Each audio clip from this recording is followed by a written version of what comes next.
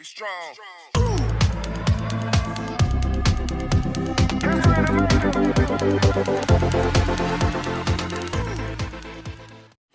है दोस्तों, मेरा नाम महेश मिश्रा। मैं आपका स्वागत करता हूँ एम ट्यूटोरियल्स में। हम आपके लिए लेके आ चुके हैं एक और नया सब्जेक्ट जिसका नाम है हिस्ट्री। तो इसका हम फर्स्ट चैप्टर नहीं करवा रहे हैं, आपको फोर्थ चैप्टर करवा रहे हैं, क्योंकि मुझे लगता है कि कई लोगों का एग्जाम हो गया होगा हिस्ट्री का, तो फोर्थ लेसन से आएगा, इसलिए मैं फोर्थ लेसन से करा रहा हूँ। अगर आपको कुछ डाउट है, आपको first lesson, second lesson, third lesson, कोई भी लेसन चाहिए तो आप मुझे कमेंट में बता देना, मैं आपके लिए वो उसका पूरा वीडियो लेक्चर ले आऊँगा।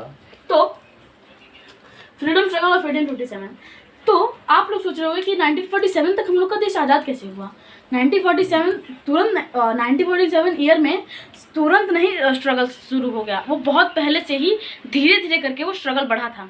तो वो स्ट्रगल शुरू हुआ था कुछ, तो देखो इसमें 1763 का भी नाम लिया गया है। मतलब कि आप लोग सोच रहे होंगे कि कब का स्ट्रगल किया होगा, मतलब कब से ब्रिटिश लोग हम लोग पे रूल कर रहे हैं और कब से हम लोग ने ये स्ट्रगल स्टार्ट किया, तब जाके 1947 में हम लोग को आज़ादी मिली थी।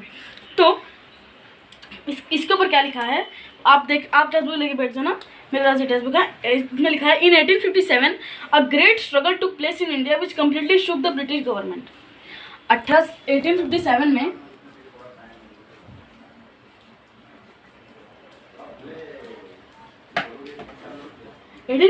में एक बहुत बड़ा स्ट्रगल इंडिया में चालू किया गया था, जिसने ब्रिटिश गवर्नमेंट को पूरी तरह हिला के रख दिया। This struggle did not arise all of a sudden. यह स्ट्रगल जो ये जूझ रहे थे लोग, ये जब जूझ रहे थे लोग, ये जो स्ट्रगल था ये एक ही बार में नहीं सफल हो पाया। Earlier as well as many such struggles took place in India against the British. The scope of the struggle of 1857 and its background was taken into consideration by V.D. Savarkar in his book The Indian War of Independence 1857. तो इसमें क्या लिखा है, इससे पहले भी, यानी कि इससे पहले से हम लोग का देश स्ट्रगल करता आ रहा है, लेकिन उसमें इंडिया को कोई सफलता नहीं मिली है। इस जो अभी हम आपके बता रहे हैं द स्ट्रगल ऑफ 1857, इसका जो स्कोप था, यानी इसका जो सबसे बड़ा पॉइंट था, वो तब चालू हुआ। सबसे बड़ा स्ट्रगल तब किया गया इसका सबसे बड़ा मुद्दा था जब वीडी सावरकर ने ये कॉन्सिडरेशन अपने बुक में लिखा था, जिसका बुक का नाम क्या था, the Indian war of independence.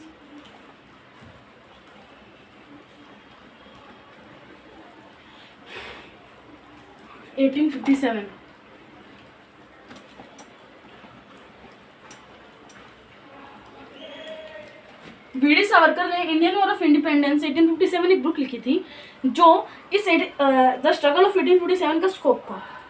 Letter many revolutionaries got inspiration from it to fight against the British. इसके बाद भी बहुत सारे सुधार आ गए थे। रेवोल्यूशनरीज मतलब सुधार जहाँ जिस जगहों पर हुई थी, उन लोगों को भी इंस्पिरेशन यानी जागरूकता मिली ब्रिटिश को हराने के लिए, ब्रिटिश से फाइट करने के लिए। तो आइए स्ट्रगल बिफोर 1857 आपको तो struggle before 1857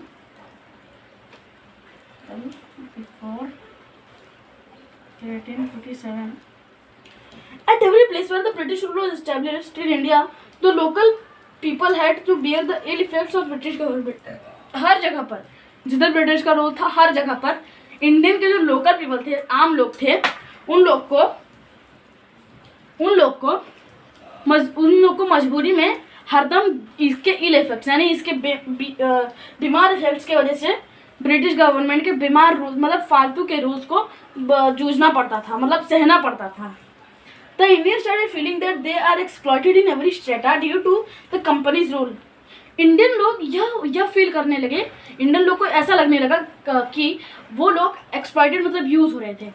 at every strata मतलब हर मोड़ पर इंडियन लोग्स का सामान, इंडियन लोगों को मजदूरी, इन सब चीज़ों को वो हर मोड़ पर अपने इस्तेमाल कर रहे थे। This resulted in increase of discontent against the rule. इसका नतीजा यह हुआ कि जो इंडियन लोग थे, जब अभी तक ब्रिटिश की बात मान रहे थे, वो लोग ने ब्रिटिश की तरफ आवाज़ उठाना शुरू कर दिया। Farmers and common people became bankrupt during the company rule in 1770। Farmers यानी कि किसान और आम जनता, ये सब बैंकरप्ट यानी बैंक से लोन जो लिए थे उसको भरने में बहुत वो हो गए थे कंपनी रूल के समय में। In 1770 there was a major famine in the Bengal province. 1770 में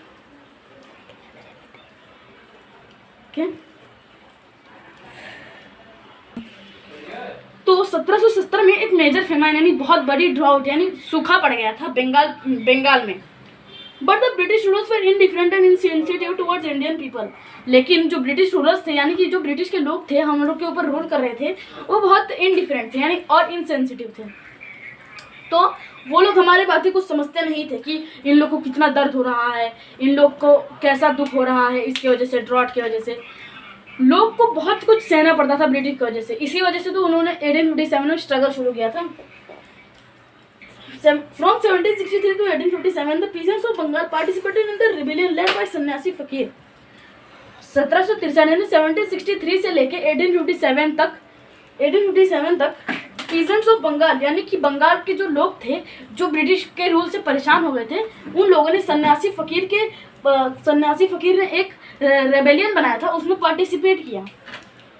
ऐसे ही सिमिलर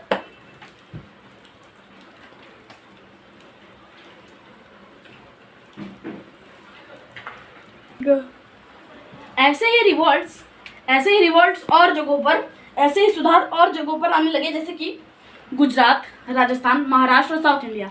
आपको एग्जाम में पूछा जाएगा या फिर आपकी बुक में कि सन्यासी फकीर ने जो रेबेलियन लीड किया था, सन्यासी फकीर ने जो रेबेलियन बनाया था, वो कहाँ रिवॉल्ट हुए थे। तो आप क्या लिखोगे? The rebellion lead by sanyasi fakir took the revolts in Gujarat, Rajasthan, Maharashtra and South India. और इसके बाद क्या लिखा है? Umaji Naik also give a strong fight. Umaji Naik ने भी बहुत ही तगड़ी फाइट दी, बहुत ही तगड़ी लड़ाई की ब्रिटिश लोग के साथ। He organised the Ramoshis and the local youth to revolt against the British. उसने फिर दो ग्रुप और बनाए, एक रामोशीस का और एक लोकल यूथ का, कि वो लोग भी ब्रिटिश के अगेंस्ट लड़ाई करें। They drew a declaration and appealed to fight against the British and overthrow the government। उन्होंने ऐसा डिक्लेयर कर दिया और ब्रिटिश और सबसे अपील कर लिया कि ब्रिटिश को फाइट करके उनको उठा के फेंक देंगे गवर्नमेंट से, अपने गवर्नमेंट से। They inspired people in Pune, सतारा।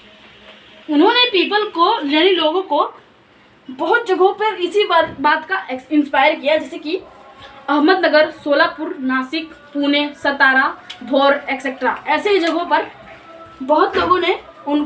उन्होंने बहुत लोगों को इंस्पायर किया। In 1832 Umaji Naik was arrested and hanged to death in Pune. Umaji Naik इस सबके लीडरशिप थे, उमाजी नायक को इसका लीडरशिप मिला था और उमाजी नायक इसके लीडर थे। तो इस वजह से उमाजी नायक को ब्रिटिश ने अरेस्ट कर लिया और फांसी चढ़ा दी पुणे में 1832 में। The Indian tribes and forest communities also challenged the British rule. Their livelihood was dependent on forest resources. Indian tribes यानी जो पिछड़े लोग थे, जैसे कि आदिवासी और फॉरेस्ट के लोग, जो अभी भी हमारे जैसा ये शहरों में घर नहीं बनाते, जो अभी जंगलों में घर बनाते हैं, जैसे कि आदिवासी लोग, वो लोगों ने भी ब्रिटिश को चैलेंज करना शुरू कर दिया। द ब्रिटिश, क्योंकि उनका लिवलीहुड यानी कि उनका पूरा जीवन दाता फॉरेस्ट था। The British laws put restrictions on it. Consequently Bihar, Kolam area of Chotanagpur, Gonds of Odisha, Santhals of Bihar fought against the British. क्योंकि जो ब्रिटिश लोग थे उन लोगों ने फॉरेस्ट रिसोर्सेज पर रिस्ट्रिक्शंस लगा दिए थे कि तुम कुछ नहीं यूज़ कर सकते फॉरेस्ट का, और उन लोग की ज़िंदगी पूरी फॉरेस्ट पर डिपेंडेंट थी। तो अब वो लोग क्या करते हैं, तो उन्होंने भी ब्रिटिश के अगेंस्ट फाइट करना शुरू कर दिया।